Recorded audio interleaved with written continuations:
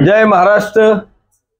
आपल्याला सगळ्यांना माहिती आहे की गेल्या महिन्याभरापासून पाचोरा आणि भडगाव शहरामध्ये नगरपालिकेच्या इलेक्शनच्या संदर्भात रणधुमाळी चालू झालेली आहे। आणि या रणधुमाळीमध्ये मला वाटतं महाराष्ट्रामध्ये मी पहिला आमदार असेल की माझ्या वाढदिवसाच्या दिवशी मी असा सर्व कार्यकर्त्यांना विश्वासात घेऊन त्यांच्याशी चर्चा करून 1 तारखेला शिवसेना ही स्वतंत्र लढेल अशा पद्धतीची घोषणा आपण 1 तारखेला केली। आणि तुमच्यासह महाराष्ट्रभर सगळ्या न्यूज चॅनलला मला वाटतं आपल्या त्या स्वतंत्र लढण्याच्या संदर्भातल्या बातम्या चालल्या।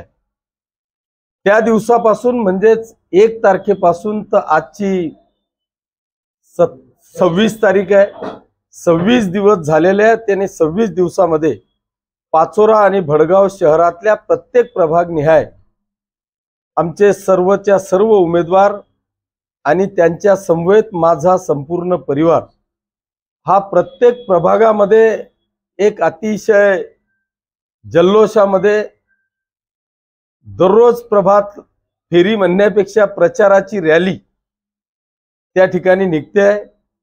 प्रचंड असा प्रतिसाद जनतेकडून मिळतोय आणि आज मला ठाम असा विश्वास झालेला आहे की माझ्या पाचोरा आणि भडगाव शहरातली जनता, मतदार बांधव, बंधू भगिनी हे विकासाच्या पाठीमागे खंबीरपणे उभे आहेत याचा ठामपणे विश्वास मला पाचोरा आणि भडगाव शहरातल्या प्रत्येक प्रभागात फिरून त्या ठिकाणी विश्वास व्यक्त झालेला आहे। त्याच्यामुळे दोघही शहरांमधले नगराध्यक्ष पदाचे उमेदवार पाचोऱ्यामध्ये सुनीता पाटील आणि भडगावमध्ये रेखाताई प्रदीप मालचे ह्या प्रचंड अशा फरकाने विजयी होतील। आणि त्यांच्या बरोबर पाचोऱ्यातले 28 आणि भडगावचे 24 असे सर्वच्या सर्व नगरसेवक अगदी मोठ्या फरकाने विजयी होतील असा विश्वास आता मला पटलेला आहे। त्याचं कारण असं आहे की मला वाटतं मी पाचोरा शहरातले आणि भडगाव शहरातले प्रत्येक प्रभागामध्ये दररोज सकाळी 3-3 तास आणि संध्याकाळी 3-3 तास असा माझ्यासह सर्व माझा परिवार कामाला लागलेला आहे। आणि माझ्या बरोबर शिवसेनेचे सर्व पदाधिकारी, शिवसैनिक द्वेषाने पेटलेला आहे। हे सगळे एकत्रित आले आणि त्या एकत्रित आल्यामुळे नुसते कार्यकर्तेच नाही तर पाचोरा आणि भडगाव शहरातली जनता सुद्धा त्याच द्वेषाने पेटलेली आहे की कुठल्याही परिस्थितीत 10 वर्षात केलेल्या विकास, दोघही शहरांमधले विकासात्मक दृष्ट्या झालेलं परिवर्तन याच्या पाठीशी माझ्या मतदारसंघातली दोघही शहरातली जनता ही खंबीरपणे उभी आहे।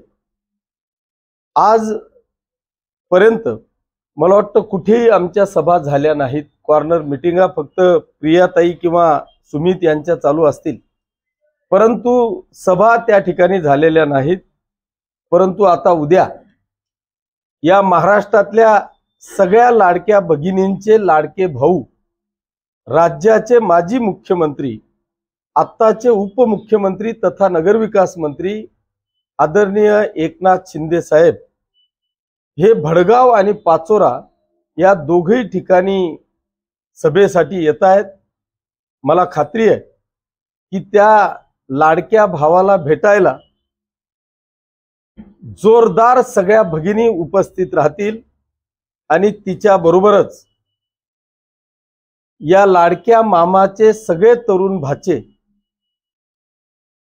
ते देखील या सभेला उपस्थित राहतील आणि जोरदार प्रतिसाद देऊन एक ऐतिहासिक सभा पाचोरा आणि भडगावची होईल असा मला विश्वास आहे। आणि म्हणून मी आपल्या माध्यमातून या लाडक्या भावाच्या स्वागताला तमाम माता भगिनींनी, बांधवांनी, शेतकरी बांधवांनी, तरुण मित्रांनी जास्तीत जास्त संख्येने उपस्थित राहून भडगाव येथे भवानी बागेत दुपारी साधारणतः 3-3:30 वाजता आणि पाचोऱ्याला साधारणतः 4-4:30 वाजता एकनाथ शिंदे साहेबांचं आगमन होणार आहे। पिरियड इलेक्शनचा आहे आणि इलेक्शनचा पिरियड असल्यामुळे दिवसभरात त्यांना 4-4, 5-5 सभा संपूर्ण महाराष्ट्रामध्ये ते घेत आहेत। त्याच्यामुळे अतिशय शॉर्ट पिरियडमध्ये ते येतील, त्यांचं भाषण उरकून ते लगेच निघतील। त्याच्यामुळे तुमच्या आपल्या सगळ्यांच्या माध्यमातून मी सर्व शिवसैनिकांना, हितचिंतकांना, लाडक्या भगिनींना, लाडक्या भाच्यांना आपल्या मार्फत आव्हान करतो, वजा विनंती करतो की आपण जास्तीत जास्त संख्येने वेळेवर उपस्थित राहून आपल्या विजयाला शिक्कामोर्तब करावं अशी आग्रहाची विनंती आपल्या माध्यमातून करतो। धन्यवाद। जय हिंद, जय महाराष्ट्र।